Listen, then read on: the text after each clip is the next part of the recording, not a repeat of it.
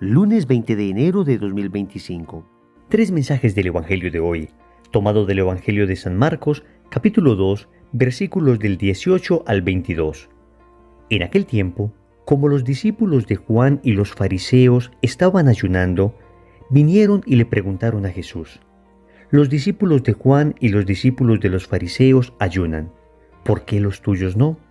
Jesús les contesta: ¿es que pueden ayunar los amigos del esposo mientras el esposo está con ellos? Mientras el esposo está con ellos no pueden ayunar. Llegarán días en que les arrebatarán al esposo y entonces ayunarán en aquel día. Nadie echa un remiendo de paño sin remojar a un manto pasado, porque la pieza tira del manto, lo nuevo de lo viejo, y deja un roto peor. Tampoco se echa vinos nuevos en odres viejos, porque el vino revienta los odres y se pierden el vino y los odres. A vino nuevo, odres nuevos. Palabra del Señor. Gloria a ti, Señor Jesús. Querida familia, el Evangelio de hoy nos trae una bellísima enseñanza sobre el ayuno, sobre la necesidad que tenemos de mortificarnos y sobre cómo debemos hacerlo adecuadamente. Vamos a meditar tres mensajes. Primero, una tentación cuando se ayuna. Segundo, dos estados de la vida espiritual. Tercero, necesitas un corazón dispuesto. Vamos con el primer punto. Una tentación cuando se ayuna. El Evangelio comienza diciendo que los discípulos de Juan y los fariseos estaban ayunando. Entonces vinieron a preguntarle a Jesús: los discípulos de Juan y los discípulos de los fariseos ayunan, ¿por qué los tuyos no? Familia, el ayuno es un tema importantísimo en la vida espiritual. Desde el Antiguo Testamento hasta el Nuevo Testamento, el ayuno es un tema recurrente en las Sagradas Escrituras. Se ayuna para pedir perdón a Dios, se ayuna para reparar por los pecados que cometimos, se ayuna para fortalecer la voluntad, se ayuna para unir el sacrificio de no comer algo y volver esto caridad con los necesitados. Es decir, existen múltiples razones para ayunar, pero también existen tentaciones. El ayuno ciertamente es maravilloso, pero también el Evangelio nos presenta hoy una tentación que pueden tener las personas que ayunan, y es la tentación de la vanagloria. Y el Señor advierte de esto en el Evangelio de San Mateo, capítulo 6, versículos del 16 al 18. Cuando ayunéis, no pongáis cara triste, como hacen los hipócritas que desfiguran su rostro para que los hombres vean que ayunan. En verdad os digo que ya reciben su paga. Sigue el Evangelio diciendo: tú en cambio, cuando ayunes, perfuma tu cabeza y lava tu rostro, para que tu ayuno sea visto no por los hombres, sino por tu Padre que está allí en lo secreto. Y tu Padre que ve en lo secreto te recompensará. Hasta aquí la cita del evangelista Mateo. ¿Qué nos está diciendo el Evangelio hoy entonces? Que el ayuno ciertamente es importante, pero cuidado con caer en la tentación de vanagloria, en la tentación de creer que porque yo ayuno soy mejor que otras personas, de creer que porque yo ayuno soy más perfecto que los demás, y entonces yo ayuno, soy santo, tú no ayunas, eres pecador. Y esta era más o menos la intención de aquellos que venían a preguntarle a Jesús por sus discípulos: ¿por qué nosotros ayunamos y los tuyos no? No que eres un profeta, no que hablas de parte de Dios, no que haces milagros, no que predicas el reino. Entonces, ¿dónde está la mortificación? ¿Dónde está el ayuno? Ese tufo de soberbia, ese tufo de vanagloria hace mucho daño a la vida espiritual. Es que es la tentación que el enemigo presenta a las personas que frecuentemente se mortifican. Repito, la mortificación es un don maravilloso y es absolutamente necesaria en la vida espiritual. Pero si el ayuno se mezcla con vanagloria, se pierde todo mérito del ayuno. Porque lo realmente importante del ayuno es el amor con el que se haga. Y así el apóstol San Pablo, en la primera carta a los Corintios, en el capítulo 13, versículo 4, nos advierte: aunque repartiera todo lo que poseo e incluso sacrificara mi cuerpo, pero para recibir alabanzas y sin tener el amor, de nada me sirve. Amigos, la tentación cuando se ayuna, la tentación cuando se mortifica, es la vanagloria. Y San Pablo dice: si tienes vanagloria, soberbia, vanidad, deseo de ser visto, deseo de ser conocido, deseo de ser tenido por santo, al momento de ayunar, de nada te sirve, porque lo importante del ayuno es el amor. ¿Solución? ¿Será acaso dejar de ayunar la solución? Por supuesto que no. La solución es ayunar adecuadamente. Ayunar no para juzgar a los demás, sino por amor a Dios, para conseguir todas aquellas gracias espirituales que trae el ayuno, pero renunciando desde el principio a esa tentación de vanagloria, a esa tentación de creerme santo o de que los otros me crean santos, a esa tentación de ser aplaudido por los demás. No, amigos, la tentación debe desecharse, pero el ayuno debe conservarse. Segundo, dos estados de la vida espiritual. El Señor responde a estos fariseos y a estos discípulos de Juan Bautista. ¿Es que pueden ayunar los amigos del esposo mientras el esposo está con ellos? Mientras el esposo está con ellos no pueden ayunar. Llegarán días en que les arrebatarán al esposo y entonces ayunarán en aquel día. Hasta aquí el texto bíblico.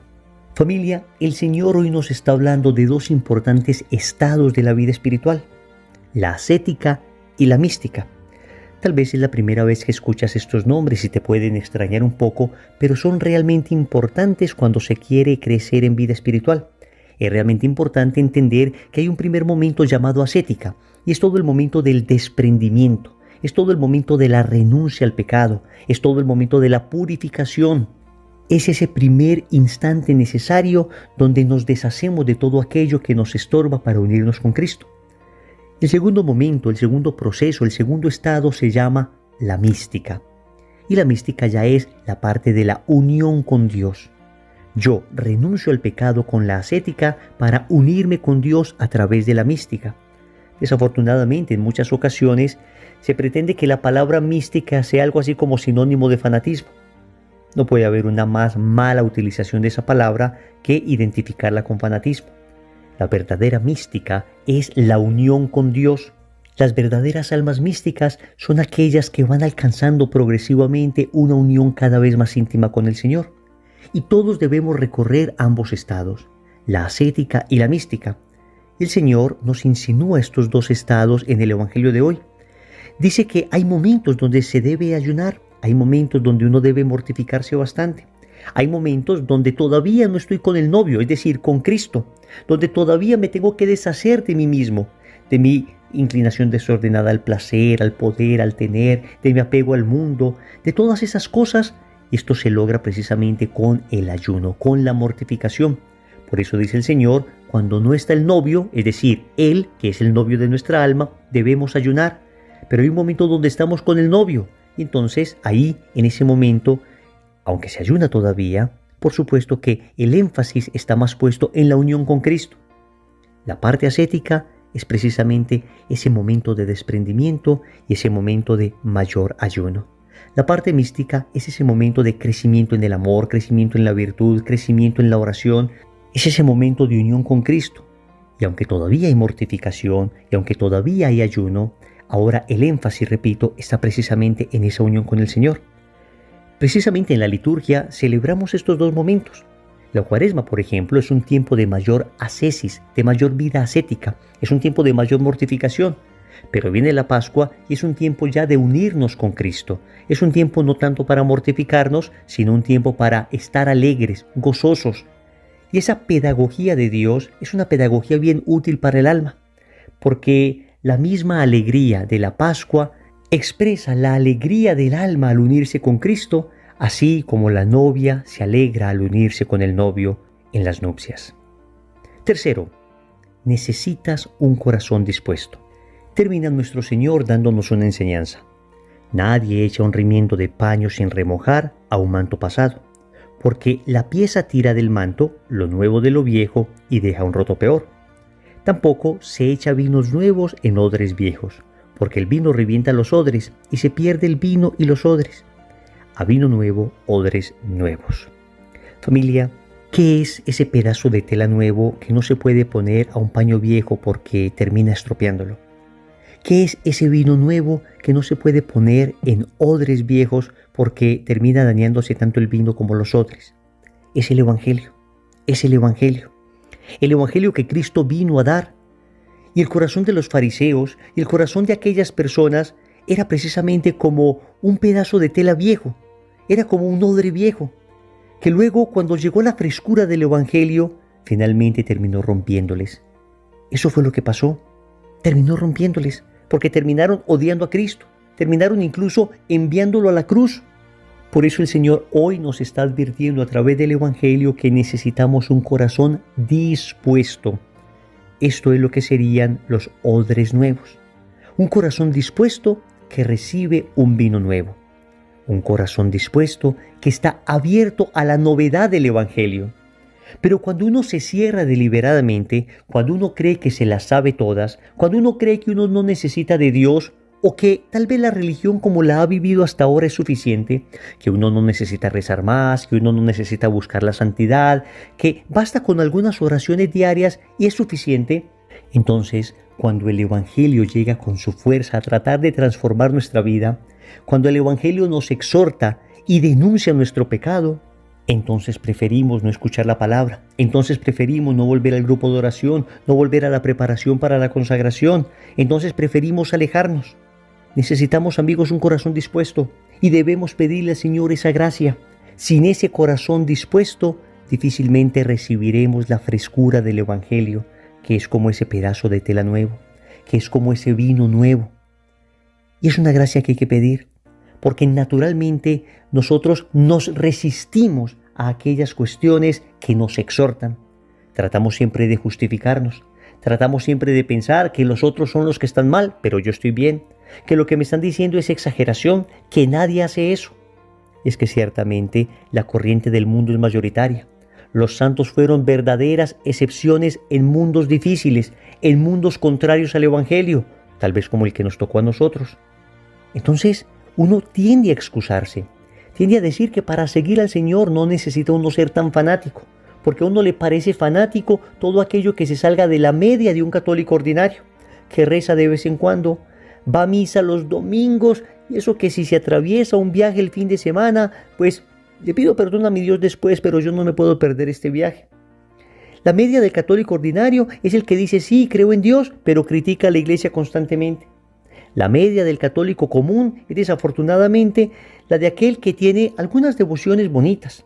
Los martes va a donde María Auxiliadora, tiene estampitas incluso en su billetera, carga consigo hasta un escapulario, pero es un evangelio que no ha transformado su vida. Sus actitudes, sus acciones, los ambientes que visita no son coherentes con aquello que quiere expresar a través de sus devociones. Entonces, cuando llega el evangelio a exhortar, cuando escuchan una predicación que tiene como objetivo sacudir su conciencia, lo que hacen es cerrarse. Lo que hacen es decir, el otro está equivocado, yo estoy en lo correcto. Lo que hacen es decir, el evangelio está equivocado, yo estoy en lo correcto. Ciertamente nunca se dice así de crudo, pero en el fondo nuestra actitud pareciera insinuar eso. Por eso pidámosle hoy al Señor un corazón nuevo, un corazón dispuesto, que el Señor haga de nuestro corazón odres nuevos para recibir la frescura de su evangelio. Oremos. Amado Señor, en primer lugar nos hablas a aquellas personas que tal vez venimos hace algunos años caminando contigo. Entonces hemos conocido las bendiciones del ayuno, pero hemos caído muchas veces en la tentación de la vanagloria, en la tentación de creernos superiores a los demás, en la tentación de pensar que es nuestra propia fuerza, que es nuestro propio mérito el que nos lleva a ayunar, olvidando que siempre es tu gracia, olvidando que siempre eres tú en nosotros, y por eso hoy te pedimos perdón. También te queremos suplicar que nos ayudes a transitar por la vía ascética y por la vía mística. Que en primer lugar nos ayudes a seguirnos mortificando, allí cuando no estamos con el novio de nuestra alma, pero que también nos enseñes a vivir la alegría del Evangelio allí cuando te hemos encontrado, y que vamos viviendo estos dos momentos de la vida espiritual, la ascética y la mística, muy unidos a ti y de la mano de nuestra Madre Santísima. Finalmente, Señor, hoy te suplico un corazón dispuesto. Te suplico que dispongas mi corazón. Fácilmente, Señor, me cierro a aquello que no entiendo. Fácilmente mi soberbia me gana, y cuando el Evangelio me exhorta, prefiero justificarme. Por eso hoy te suplico, concédeme la gracia de tener en mi corazón odres nuevos para recibir la frescura de tu Evangelio. Señor, dame lo que me pides y pídeme lo que quieras. Amén. Recordemos entonces, primero, una tentación cuando se ayuna. Segundo, dos estados de la vida espiritual. Tercero, necesitas un corazón dispuesto. Compromiso. En el rosario de hoy vamos a pedirle al Señor la gracia de ayunar. En el nombre del Padre, y del Hijo, y del Espíritu Santo. Amén.